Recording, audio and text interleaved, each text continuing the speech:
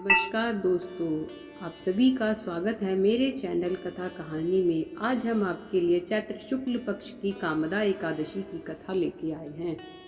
धर्मराज युधिष्ठिर बोले, हे भगवान, मैं आपको कोटि कोटि नमस्कार करता हूँ। अब आप कृपा करके चैत्र शुक्ला एकादशी का महात्म्य कहिए। इस एकादशी का क्या नाम है और इसके करने से क्या फल मिलता है? श्री कृष्ण भगवान बोले, धर्मराज, एक समय यही प्रश्न राजा दिलीप ने गुरु वशिष्ठ से किया था। तब गुरु वशिष्ठ ने कहा, राजन, चैत्र मास के शुक्ल पक्ष में कामदा नाम की एकादशी आती है। वह परम पुण्यमयी है। यह सभी पापों को जलाकर राख के समान नष्ट कर देती है। यह पुत्र पौत्र देने वाली होती है। इससे मनुष्य कुयोनि से छूट जाता है। अब मैं इसकी कथा कहता हूँ, ध्यान पूर्वक सुनिए। प्राचीन काल में रतनपुर नामक एक सुंदर नगर था। वहां पर अनेक ऐश्वर्यों से युक्त पुंडरीक नाम का एक नाग राज्य करता था। रतनपुर नगर में अनेक अप्सराएं, किन्नर तथा गंधर्व भी निवास करते थे।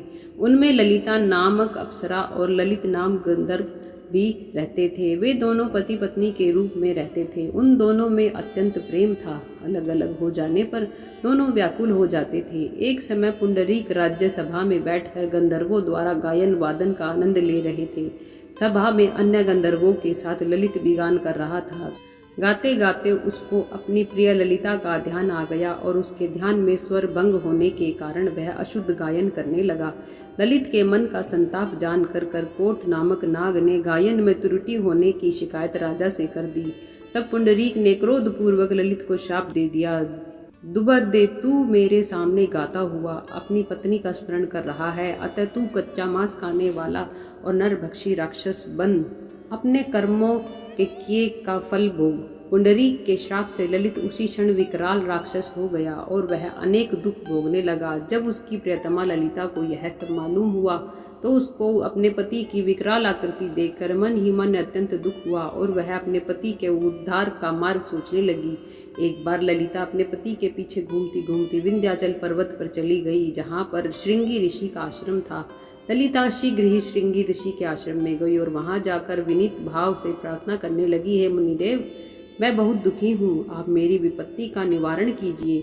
उसे देखकर श्रृंगी ऋषि बोले, हे सुभगे, तुम कौन हो और यहाँ किस लिए आई हो?